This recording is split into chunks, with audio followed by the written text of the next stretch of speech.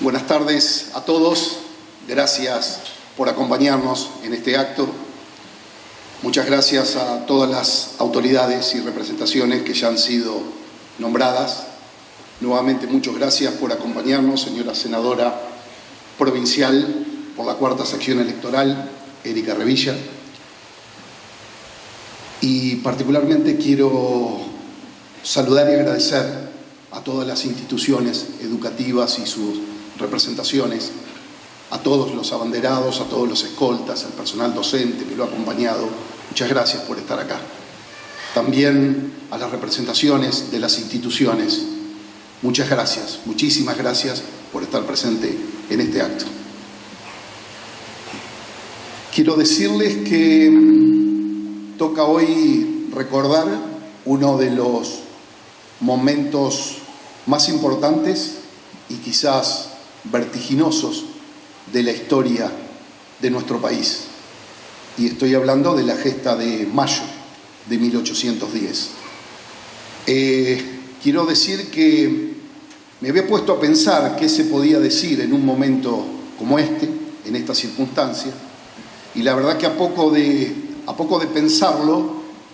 me di cuenta que podía tranquilamente renunciar a toda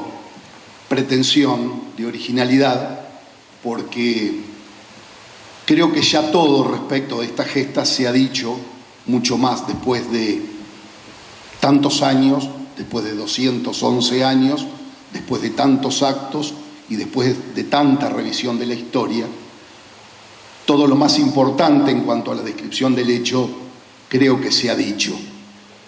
Y por ese motivo, renunciando a, como les decía, esa pretensión de originalidad, me puse a pensar a qué me podía referir y no encontré otra mejor razón que referirme a los hombres y mujeres de mayo, aquellos hombres y mujeres que hicieron la revolución, a los hombres de carne y hueso, a los ciudadanos de aquella ciudad de Buenos Aires en aquel 1810, que por suerte y por privilegio seguramente le tocó ocupar un lugar destacado en aquella vertiginosa semana de mayo de 1810. Quiero en este acto homenajear a esos seres de carne y hueso, a esos hombres y mujeres que lo hicieron posible. Aquellos hombres que seguramente están representados en mármol o en bronce en algún espacio público.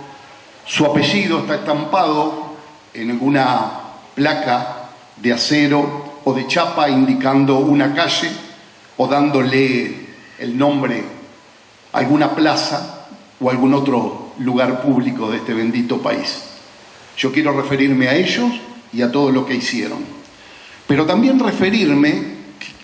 a algo que hacía referencia al principio, que no deben quedar ninguna duda que esta gesta de mayo, que eclosionó, culminó el 25 de mayo de 1810, pero que llevó sin duda un proceso previo, significó uno de los hechos más importantes y, como decía, una semana vertiginosa, de las más vertiginosas en la historia de nuestro país.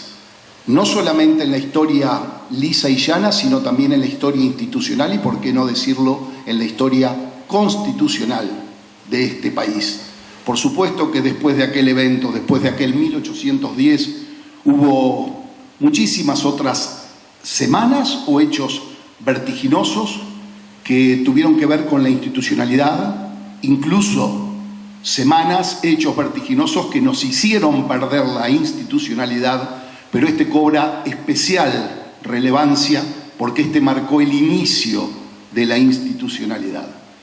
Por lo tanto, yo no quiero detenerme ni concentrar todo el recuerdo de aquella gesta de mayo en aquel 25 de mayo de 1810,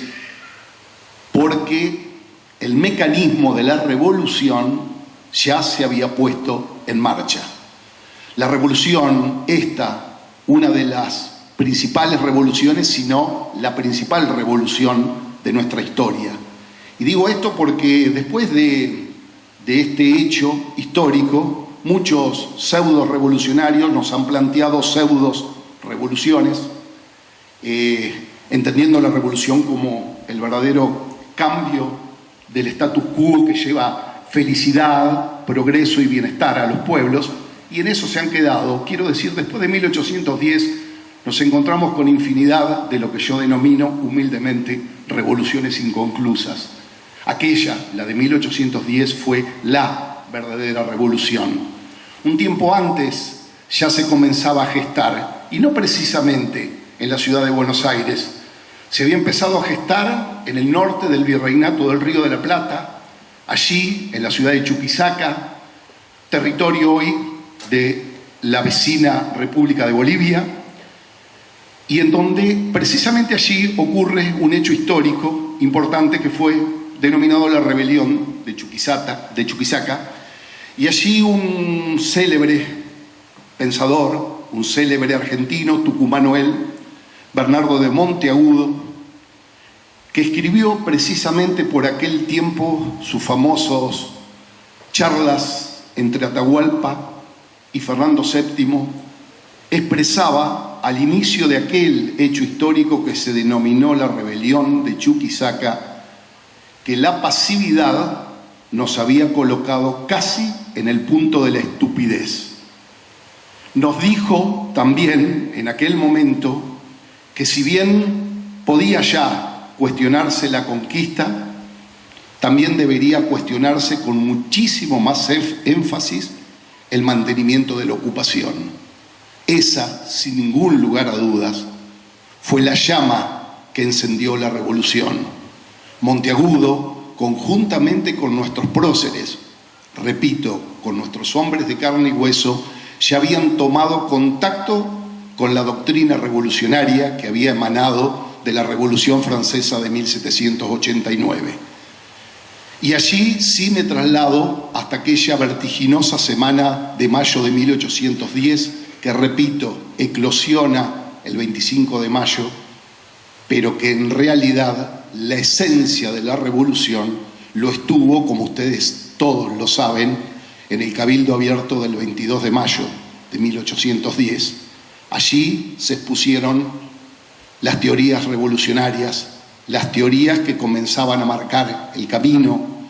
de la revolución, el camino que era la base fundamental de lo que 6 años después fue la Declaración de la Independencia, y a su vez el camino hasta 1853 en constituirnos, precisamente ya dándonos una Constitución nacional. Y les quiero decir que en ese momento nuestros patriotas, repito una vez más, aquellos de carne y hueso, aquel multifacético y genial Manuel Belgrano, que después de haber descollado en lo cultural, en lo económico, en lo político, en lo filosófico, también tuvo el valor y la valentía de descollar también en lo militar, y allí estaba Manuel Belgrano al comando de aquella gesta, y junto con él todas las demás personas de carne y hueso de aquel mayo de 1810, Moreno, Larrea, Paso, el genial Castelli, muchas veces no tan reconocido en la historia, un hombre, destacan los historiadores, de una capacidad absoluta, de una convicción inimaginable, y se decía de una oratoria que era capaz de horadar las piedras. Y a su vez también recordar otros personajes que no fueron tan centrales en aquel momento. Digo, recordemos también aquellos sujetos de carne y hueso como French y Beruti, reconocidos en la historia como dos gentiles patriotas que, dice la historia, o cuenta parte de la historia,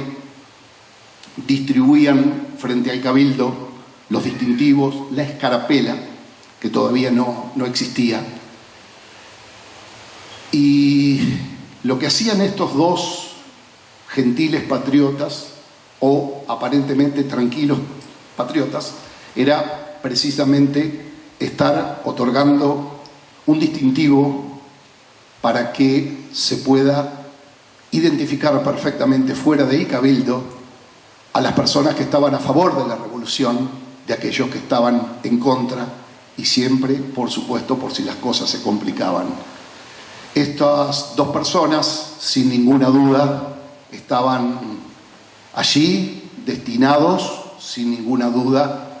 a aguantar con los hechos lo que por derecho se estaba debatiendo dentro del Cabildo y acudir a la orden directa de Manuel Belgrano cuando las circunstancias así lo exigieran. Les decía que aquellos hombres y mujeres vinculados primaria o secundariamente con este hecho histórico, ya como Monteagudo, allá en la lejana Chuquisaca, habían tomado contacto con la teoría revolucionaria que había dado luz también a uno de los eventos más reveladores, ahora sí, de la historia de la humanidad, como fue la Revolución Francesa.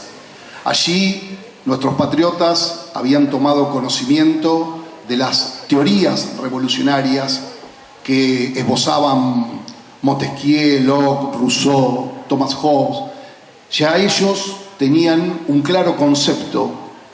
y determinaban el exacto sentido de la teoría de la soberanía popular, de la teoría de la división de poderes,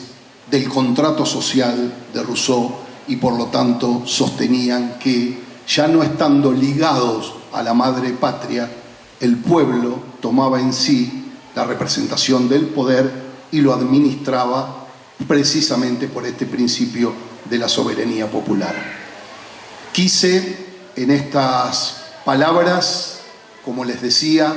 dejar de lado los hechos, datos y precisiones históricas y referirme a las personas de carne y hueso, como les decía, que participaron en aquella vertiginosa e inolvidable Semana Revolucionaria del mayo de 1810. Aquellas personas, aquellos seres, aquellos ciudadanos, aquellos hermanos que comenzaron a forjar nuestra independencia y que comenzaron a forjar nuestra determinación y nuestra soberanía, aquellos que se plantaron a una costa de su libertad y a una costa de su vida frente al poder dominante, pues entendían que había llegado el momento de ser artífice de nuestro propio destino, había llegado el momento de poner en nuestras manos nuestro propio futuro. A ellos, y solo a ellos, en este humilde acto, les rindo mi tributo y el aplauso que pido para que ustedes también me acompañen en ello.